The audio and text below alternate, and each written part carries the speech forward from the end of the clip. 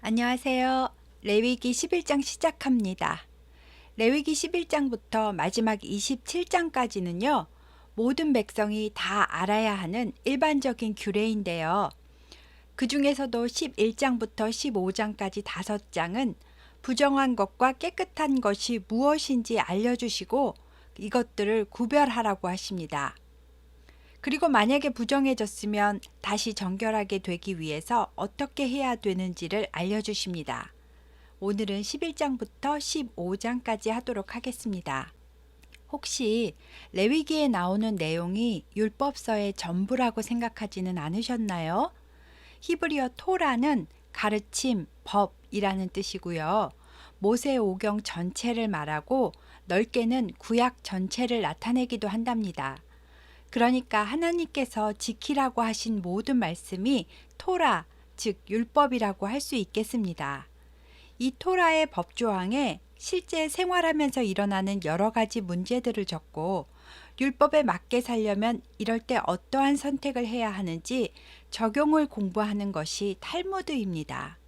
어린이는 어린이대로, 가정은 가정대로, 직장은 직장대로 생겨나는 각자의 여러 가지 문제 상황에서 무엇이 하나님의 뜻일까? 어떻게 행동하는 것이 하나님 앞에 바른 것인가를 사례별로 공부하고 토론하고 발표하고 묵상하고 자기 삶에 적용을 하는 것입니다. 어렸을 때부터 이런 교육과 훈련을 받으면 논리적이고 합리적인 사고를 하게 되고요. 추리력이 생겨서 정신이 예리해지고 성품과 인격이 바르게 성장한다고 합니다. 레위기 11장에서 15장의 내용은 현재는 중요하게 여겨지는 규례는 아닙니다. 그렇지만 하나님께서 왜 이런 규례들을 주셨는지를 생각해 보시면 구별된 삶이라는 결론을 얻을 수 있습니다. 그럼 11장부터 무엇이 정결하고 무엇이 부정한지 알아보겠습니다. 11장에는 먹을 수 있는 것과 먹을 수 없는 것으로 정결과 부정을 나누는데요. 그 나눔의 기준이 무엇인지는 여러 가지 말들이 있지만 정확한 것은 하나도 없습니다. 그리고 신약에 와서는 예수님께서도 입으로 들어가는 것은 사람을 더럽게 하지 못한다고 말씀하셨고요. 이방인 전도가 시작되면서부터는 이방인에게 할례를 강요하지 않는 것처럼 음식도 본질이 아니기 때문에 그들이 그동안 먹어왔던 음식까지 못 먹게 하고 강요하고 그러지 않으십니다. 또 사도행전 10장에서는 베드로에게 부정한 짐승을 잡아먹으라는 환상을 보여주시면서 하나님께서 깨끗하게 하신 것을 내가 속되다 하지 말아라 라고 하심으로 이 규례는 이제 더 이상 적용되지 않습니다. 그러니까 음식은 피채 먹는 것만 조심하면 될 것 같고요. 음식에 대해서는 특별히 정결하게 되는 규례도 주지 않으셨으니까 그냥 감사함으로 맛있게 먹으면 되겠습니다. 먹을 수 있는 정결한 짐승은 굽이 갈라져 쪽발이 되고 되새김질을 하는 이 두 가지가 다 충족된 소, 양, 염소, 사슴, 노루 같은 짐승이었고요. 낙타나 사반이나 토끼나 돼지처럼 둘 중에 하나만 충족이 되면 부정한 짐승이라고 했습니다. 물고기 중에서는 잉어나 조기처럼 지느러미와 비늘이 있어야 하고요. 지느러미와 비늘이 없는 갈치, 장어, 미꾸라지, 오징어 이런 생선은 다 부정합니다. 하늘을 나는 새 중에는 곡물을 쪼아먹는 부리를 가진 참새 같은 새 외에는 전부 다 부정하고요. 곤충은 메뚜기, 방앗개비, 귀뚜라미 같이 점프를 하는 곤충은 정결하고 딱정벌레나 바퀴벌레 같이 기어다니는 것은 부정합니다. 그리고 땅에서 기는 모든 짐승, 두더지, 도마뱀, 카멜레온, 악어, 뱀 이런 거는 다 부정합니다. 이런 부정한 짐승은 먹지도 말고 만지지도 말라고 하셨고요. 죽은 시체라도 치우느라고 만지게 되었다면 저녁 때까지는 부정하게 된 거고 옷은 벗어서 빨라고 하셨습니다. 부정한 곤충이 죽어서 흙으로 만든 질그릇이나 화덕이나 화로에 툭 하고 떨어졌으면 그 그릇과 화덕도 깨뜨려야 했고요. 나무 그릇이나 옷이나 가죽이나 자루나 유기 그릇에 떨어졌으면 물에 저녁 때까지 담궈 놨다가 꺼내서 씻어 쓰라고 하셨습니다. 다만 씨앗에 떨어진 것은 어차피 씨앗은 땅에 심을 거라서 부정하지 않다고 하고요. 샘물이나 물이 고인 웅덩이는 부정해지지 않는다고 하십니다. 하나님께서는 내가 거룩하니 너희도 몸을 구별하여 거룩할지어다 라고 하셨습니다. 하나님께서는 자신의 백성이 먹는 것까지도 구별을 해서 깨끗하게 관리하길 원하신 것 같습니다. 12장은 산모 규례인데요. 임신해서 산모가 남자를 낳으면 남자 아기는 7일 동안 부정하고요. 8일째 되는 날에는 그 아기에게 할례를 하라고 하십니다. 엄마는 아직도 33일이 더 지나야 산열이 깨끗해지니까 그때까지는 성물을 만지지도 말고 성막에 들어가지도 말라고 하십니다. 그런데 여자 아기를 낳으면 아기는 14일 동안 부정하고 엄마는 66일이 더 지나야 산열이 깨끗하게 된다고 하십니다. 즉 남자 아기는 7일 부정, 8일째 할례, 엄마는 총 40일 부정, 여자 아기는 14일 부정, 엄마는 총 80일 부정입니다. 숫자 8은 부활을 상징하는 숫자라고 하는데요. 일주일이 지나고 새로운 첫날, 새로운 시작을 나타냅니다. 남자아이는 그래서 8일째 할례를 받고요. 엄마 자궁에서의 부정을 씻고 새로운 삶을 시작하는 의미라고 합니다. 예수님께서도 안식 후 첫날 8일째 되는 날 부활을 하셨습니다. 또 숫자 40은요. 노아 홍수 때 40주야를 비가 와서 모든 죄악된 것을 다 심판하신 것처럼 40은 죄를 심판하고 새롭게 되는 과정에 걸리는 시간이라고 합니다. 다른 말로 하면 고난의 시간이라고도 할 수 있겠지요. 고난의 과정이 지나야 새롭게 되는가 봅니다. 이스라엘 백성은 40일 동안 가나안 땅 정탐을 했는데 불평을 했잖아요. 그래서 40년간 광야 생활을 하고 새로운 세대만 데리고 가나안 땅에 들어갈 수 있었습니다. 예수님께서도 광야에서 40일 금식 기도를 하신 후에 사역을 시작하십니다. 그리고 여자아이는요. 서닥과 사건을 일으킨 하와의 죄 때문인지는 몰라도 남자아이를 낳은 산모보다 정결하게 되는데 2배의 시간이 걸린다고 하셨습니다. 어쨌든 정결하게 되는 기간이 다 차면 산모는 번제와 속죄제로 제사를 해야 됩니다. 번제로 1년 된 어린 양을 가져가서 출산에 대한 감사와 헌신의 마음을 드려야 하고요. 속죄제로 집비둘기 새끼나 산비둘기를 가져가서 출산에 따른 부정을 속죄하게 됩니다. 가난해서 양을 드릴 형편이 안 되면 산비둘기나 집비둘기 새끼를 가져가서 번제를 드려도 되고요. 누가복음 2장에 보면 예수님 어머니 마리아도 이 규례에 따라서 비둘기로 번제와 속죄제를 정결례 제사로 드렸습니다. 다음 13장에는요. 나병에 관한 규례인데요. 여기서 나병은 피부에 뭐가 나면 일단 검사를 해야 되고요. 곰팡이균에 의해 생긴 모든 병을 나병이라고 합니다. 사람의 피부에 뾰루지가 나거나 화상을 입어서 상처가 났어도 제사장에게 데리고 가서 나병인지 아닌지 검사를 시켜야 했고요. 머리가 빠지고 각질이 생겨도 일단은 데려가서 검사를 해야 했습니다. 제사장은 털이 휘어지고 환부가 우묵해지면 나병으로 간주하고요. 7일 동안 격리해서 병이 퍼지는지 안 퍼지는지를 관찰해야 합니다. 제 생각에는 작은 바이러스 균이라도 진영 전체에 확산될 수 있기 때문에 사전에 방지하기 위해서 그러신 것 같습니다. 나병에서 정결하게 되려면 규례가 너무 복잡하기 때문에 사람들은 이런 것이 생기지 않게 자기 몸과 주변을 깨끗이 관리했을 것 같습니다. 일단 나병이라고 제사장이 확진 판정을 하면요. 그 사람은 자기 옷을 찢고 머리를 풀고 윗입술을 가리고 부정하다, 부정하다 하고 외쳐서 사람들이 자기에게 가까이 오지 못하도록 해야 했고요. 병이 나을 때까지 진영 바깥에서 혼자 살아야 합니다. 만일 옷이나 가죽에 푸르거나 붉은 곰팡이가 발생을 하면 제사장에게 가서 이거 나병 아니냐고 보여줘야 되고요. 제사장이 7일 동안 보관하면서 퍼지는지 안 퍼지는지를 관찰합니다. 퍼졌으면 악성 나병이라고 부르고 부정하기 때문에 다 태워버려야 하고요. 안 퍼졌으면 한 번 더 빨아서 또 7일 동안 퍼지는지 안 퍼지는지 관찰하고요. 만약에 안 퍼졌어도 이 색이 엷어지지 않았으면 또 다 태워버려야 됩니다.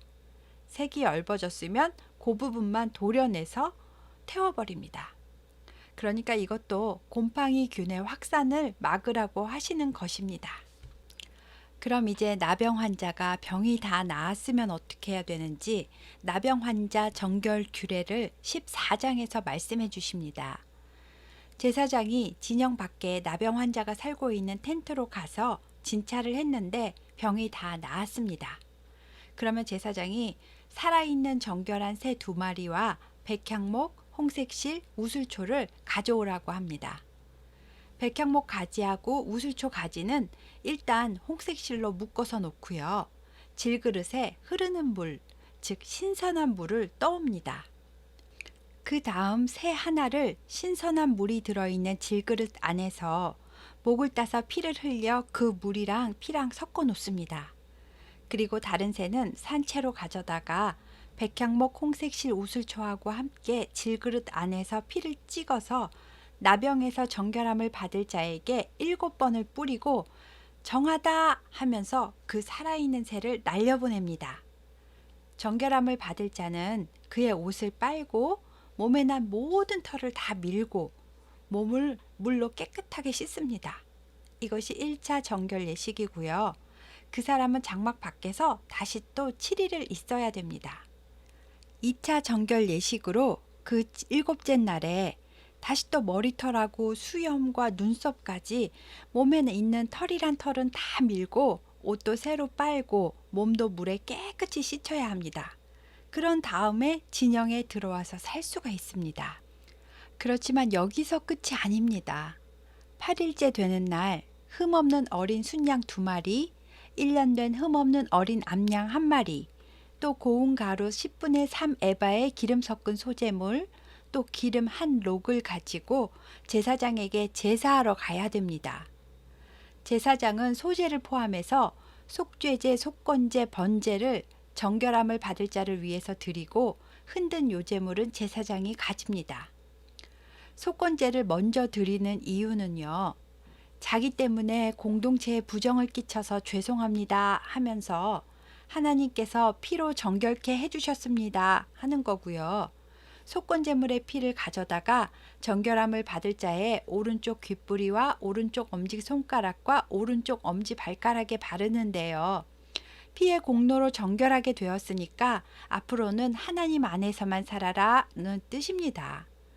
그 다음 그 사람이 가지고 간 기름 1록, 즉 300cc 정도 되는 기름을 제사장이 자기 왼쪽 손바닥에 따르고 오른쪽 손가락으로 왼쪽 손에 기름을 찍어서 그것을 여호와 앞에 번제단에 7번을 뿌립니다.